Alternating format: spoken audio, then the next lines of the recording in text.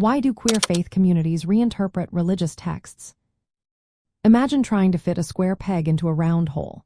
That's what many LGBTQ plus people have felt when their faith communities interpret sacred texts in ways that exclude or condemn them. Now, think about creating a new shape that fits just right. That's what queer faith communities do with religious texts. They reinterpret these texts to make space for LGBTQ plus identities and spirituality to coexist. Queer faith communities often use a method called queer hermeneutics. This means reading sacred texts through the lens of LGBTQ plus experiences. Traditional interpretations have often been influenced by cultural biases that reflected patriarchal and heteronormative views. These biases have shaped how scriptures are understood, sometimes leading to messages that exclude or judge queer people. Reinterpreting texts allows these communities to challenge those old ideas and find new, affirming meanings. Many stories in the Bible and other sacred writings actually contain characters and themes that challenge rigid gender roles and heteronormative expectations.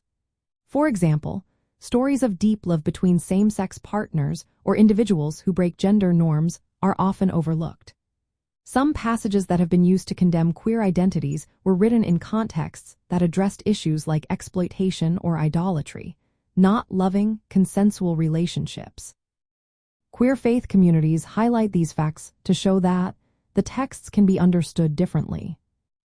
The goal of this reinterpretation is to create a sense of affirmation and inclusion.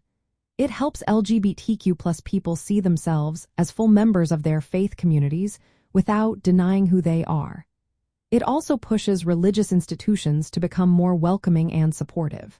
For many, it's about spiritual empowerment, being able to connect with their faith authentically while embracing their identity.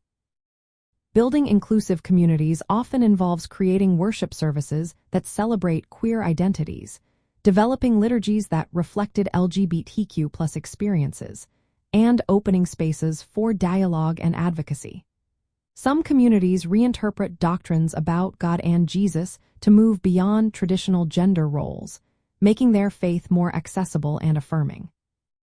In the end, queer faith communities reinterpret religious texts to challenge exclusion, affirm identities, and build communities where faith and queer lives are seen as harmonious. If you're interested in joining or building such a community, understanding this process can help you find spaces that truly welcome and celebrate your whole self.